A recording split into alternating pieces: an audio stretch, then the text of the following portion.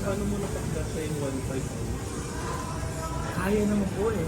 Para sa akin nung time na yon, pagdating sa pagkain, yung mga karinderya, and then talaga pag masipag ka lang mag-commute, mahal lang naman pag nag-taxi ka.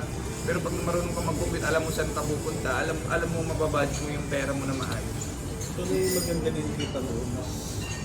Sa taxi ka na. Hindi. Nag-grab na po ako. Ano, Mas may, marunong ka na doon. Kailan? Malaki yung pagpapahalaga mo. sobra po. As in, sobra yung pagpapahalaga ko sa pera. Kasi alam ko, yung feeling na wala.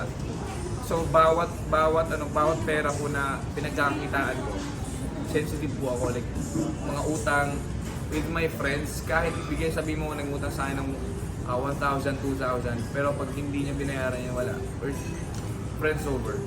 Hindi mo nirespeto yung, siguro para sa'yo, maliit lang yan, pero yung years na pinaghirapan ko para umabot ako sa ganitong sweldo, hindi mo kinonsider yun. So, hindi mo nire-respeto yung lahat ng ginawa ko, yung paghihirap ko. Pero mahihayin ang maliit. Ano po, sinisingil ko po. Makapal lang talagang mukha nung, ano ba? Ganun naman po lagi eh. Ganyan naman talaga, di ba?